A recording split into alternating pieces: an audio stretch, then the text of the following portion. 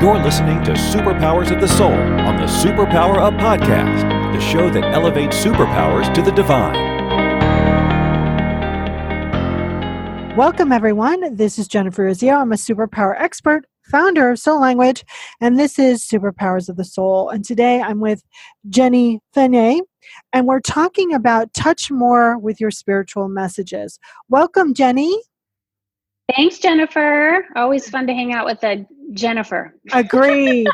I know so many Jennifers that we just use our initials now to talk to each other. Yes. So I always love to start with this first question, which is, what is the superpower of your soul? And what I want is the superpower that you utilize for yourself rather than for others. And they might be the same thing, but I really want to know you from your soul's perspective, not at the moment, about how you're of service to others. Yeah.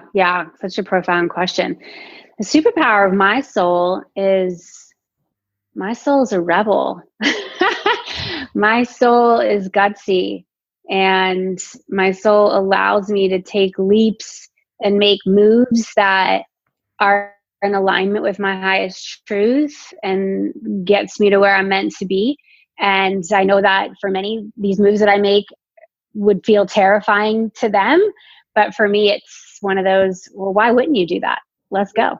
Yeah, I feel the same way. I often get the question from clients and from community, like, okay, so you created this thing, like, how did you trust it? How did you go about it? I was like, well, there was no choice. I was, felt like I was going downhill on a bike. I was like, there was no other option. And I don't mean that from a judgmental point of view, but that was the road I was on, and I was going to go through it no matter what. Yes. Yep. So I call that the renegade, you call that the rebel. So we both have that in common, that kind of spirit of, getting out our, gumption and moving through it with grace. Yes. It's the only way to live. I mean, and I get not everyone's wired in this way, but I am. Yeah. And there's no judgment on either of our parts, but we wouldn't be able to sit on the sidelines and not do anything. Yeah.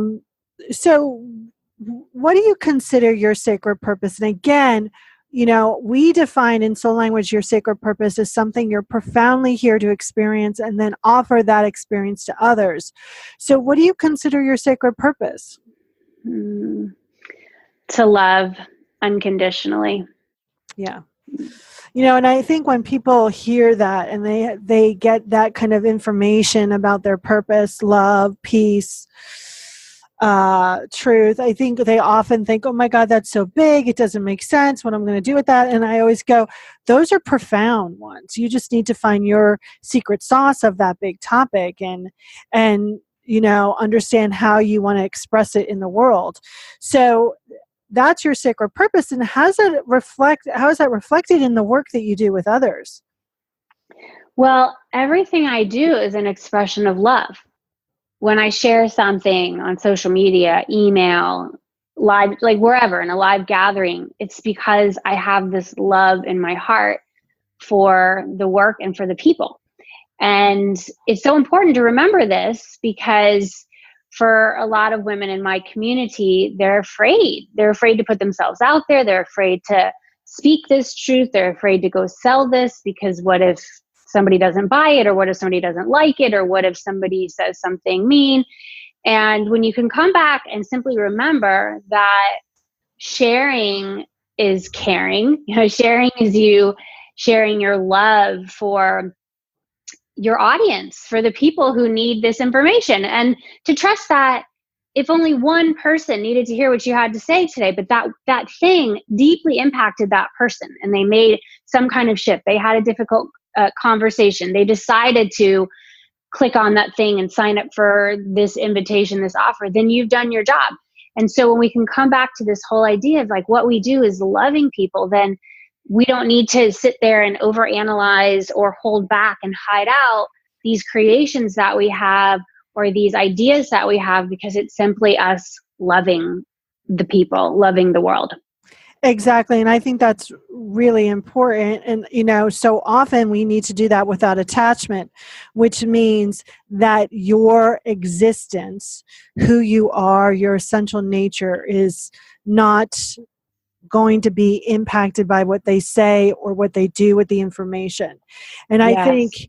yeah, right. So I think that was much, I think when people have a lot of less attachment. I remember as you were talking, I remember when I first started doing readings and, people would ask me over their house and I would do readings and I would get paid and I didn't really have any attachment, I just spoke. Mm-hmm.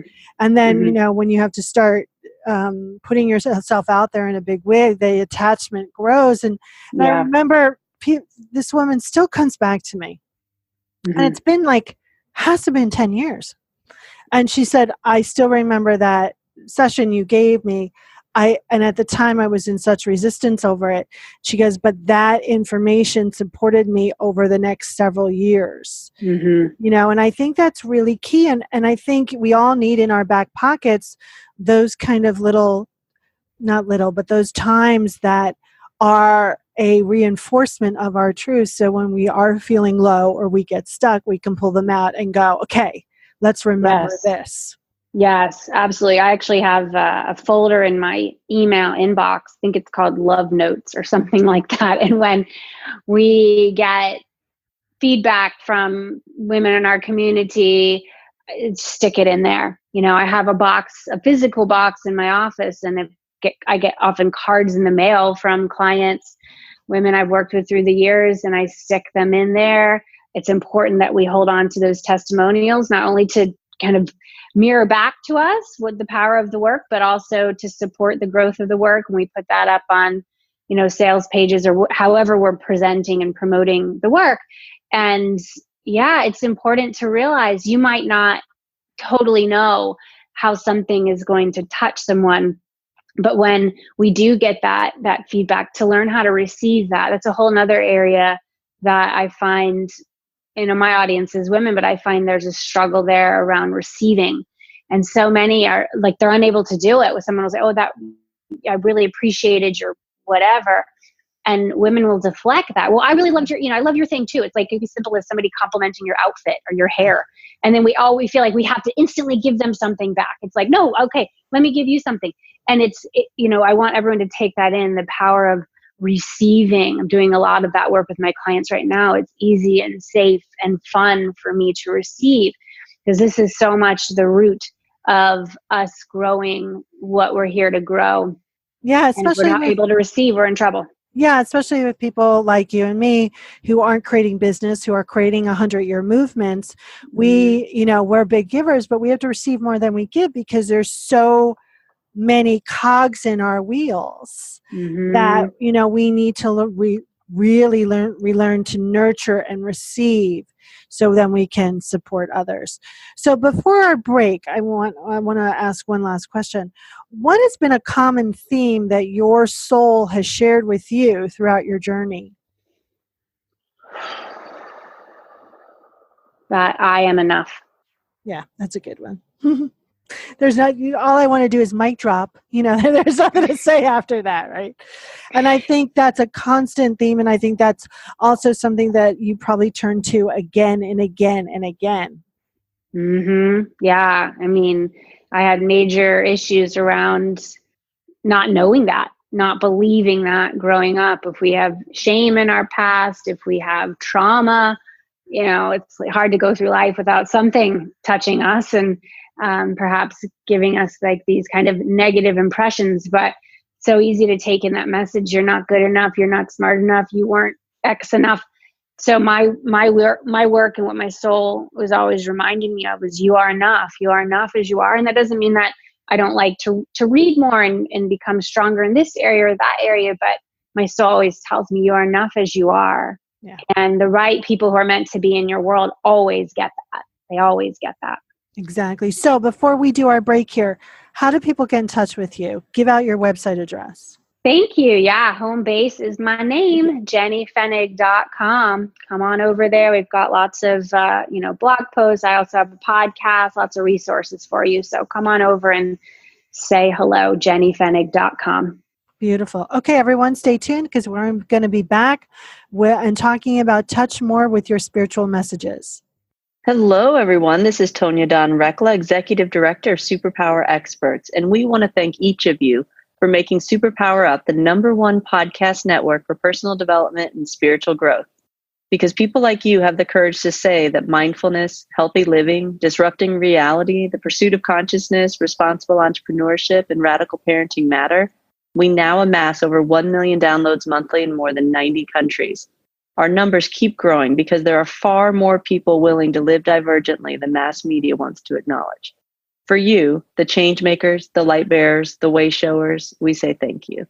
If you're ready to take the next step in your evolution, go now to superpowerexperts.com and take the Superpower quiz.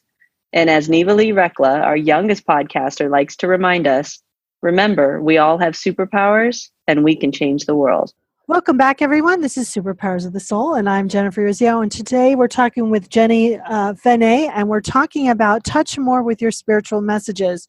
So let's talk about, what do you consider a spiritual message? And as I'm asking that, I'm silently laughing because everything's a spiritual message.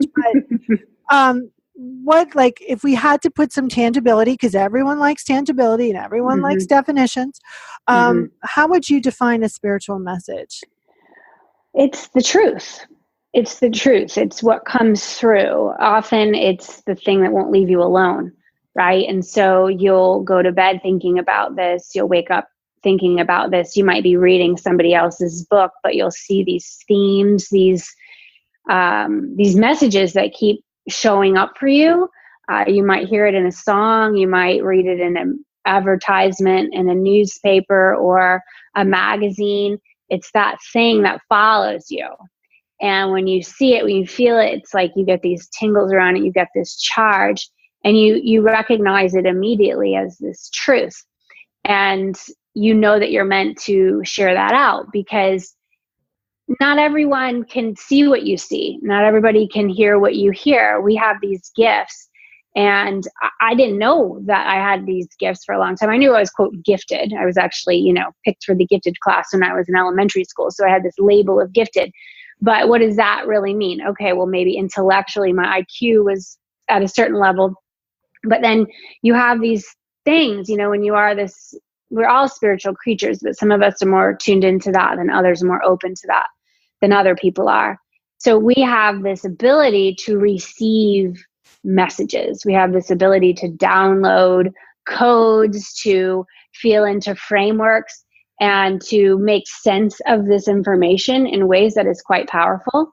And so I want everyone to really recognize that and to claim that, because it is an extreme gift and something that you can absolutely turn into a business or into a program, into some kind of an offering that your people will be really thrilled to get their hands on and work with you around. Yeah, I remember, when I started downloading soul language, books would fall off my shelf, songs would, start to play themselves off my, off my Apple. And I realized at one point was like, oh my God, I've been collecting this information all of my life. And I wasn't aware of it until it kind of all started to string together. And I was at a place of the consciousness where I could kind of be open to hear it all. So people are listening, they go, yeah, I have a spiritual message. Yeah, I want to touch more people. And then there's the dreaded deer in the headlights. What do I do now? So what are some, kind of down and dirty suggestions about how we touch more people with our spiritual messages? Oh my gosh, there's so many things we could talk about there. But first off, I would encourage you to cleanse and clear, because when it starts becoming very apparent to you that this is happening, it can feel like a deluge. You're like, I'm under a waterfall and it's all like coming down on me, and books flying off shelves, and oh my gosh. And then you have a regular life too. I mean, I have 3 kids and a husband and a house to take care of and all the things. And so it can feel very overwhelming, which I know for a lot of women, they go into like shutdown mode. Like, that's it. I can't, this isn't safe. I should not proceed. And so we go into shutdown mode and we're like, I can't handle it, right? I can't handle it. And it's because we're just taking in too much, and you're blocking it from flowing in a really organic, easeful way. And so go through your physical surroundings, go through your digital, you can't do it all in a day. This will be an ongoing practice for you, but start decluttering. Get rid of the stuff that you don't even like that thing. It's like your closet, your art, your books, your, knickknacks, like all the things, and let stuff go.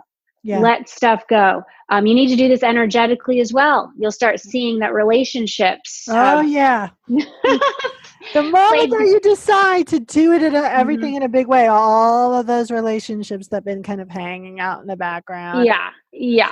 And I always say you can't unrealize what you've realized. So that's all going to be up for decision making, and it's okay. You're allowed, and it's actually quite normal. So don't resist that, but simply know that certain things are up for renegotiation, for conversation, and certain things are just going to be removed.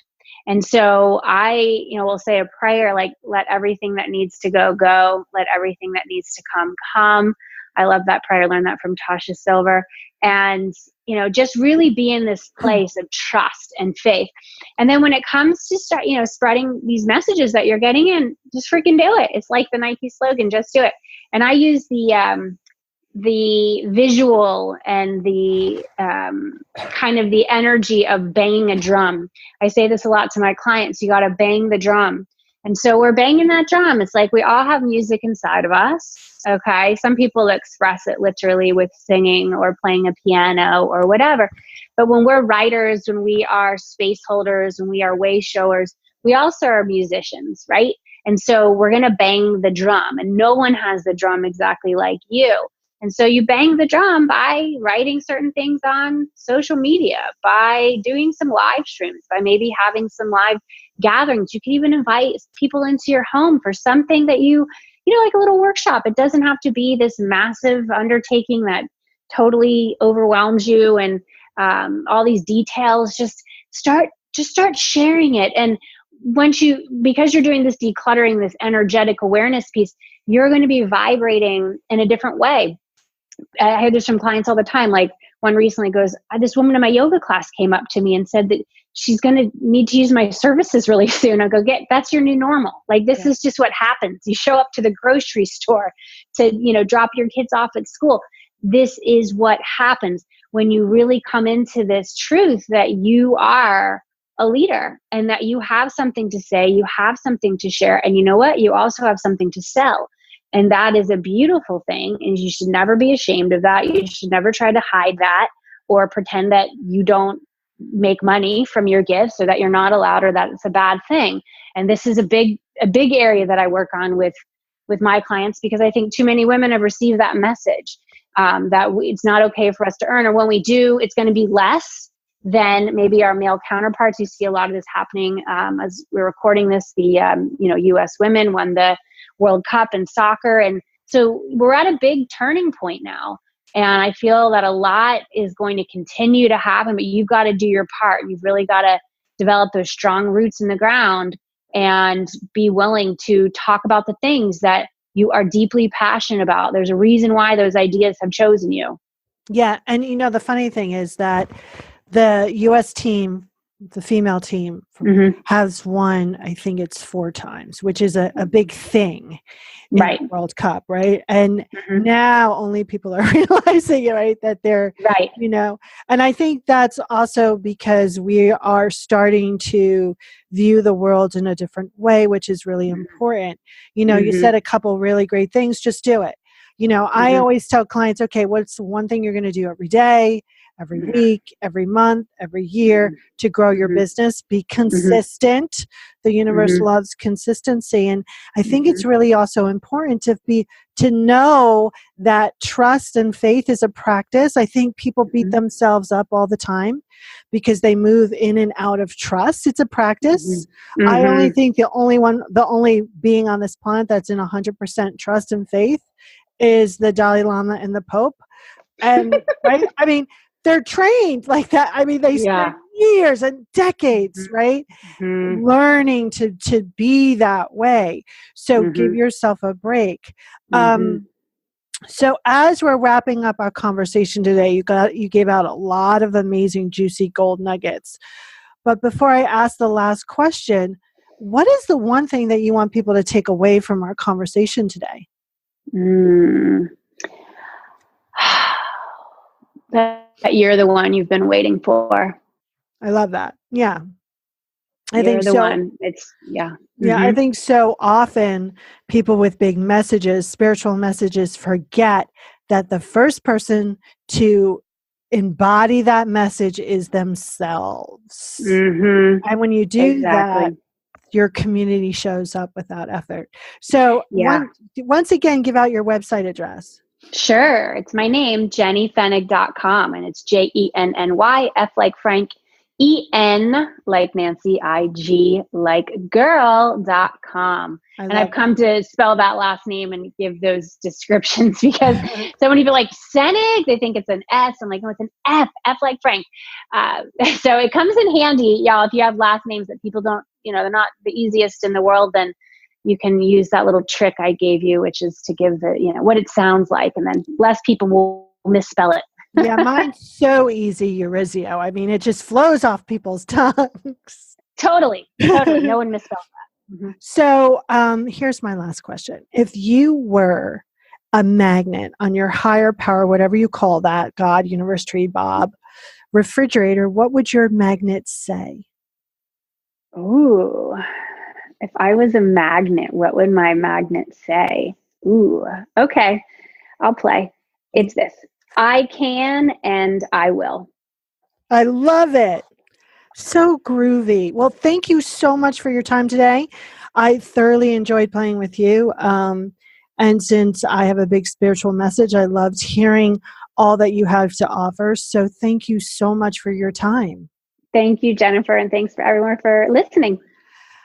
If you like what you heard today, you can connect with me and all the other experts in the Superpower Net at superpowerexperts.com/the net. And if this is your first listening of Superpowers with the Soul, go back and listen to all the other podcasts. We have some really amazing guests. And just remember not just to find your connection, but to be your connection. Thanks for listening, everyone. Are you ready to discover your superpowers? Go now to superpowerexperts.com and take the Superpower Quiz today.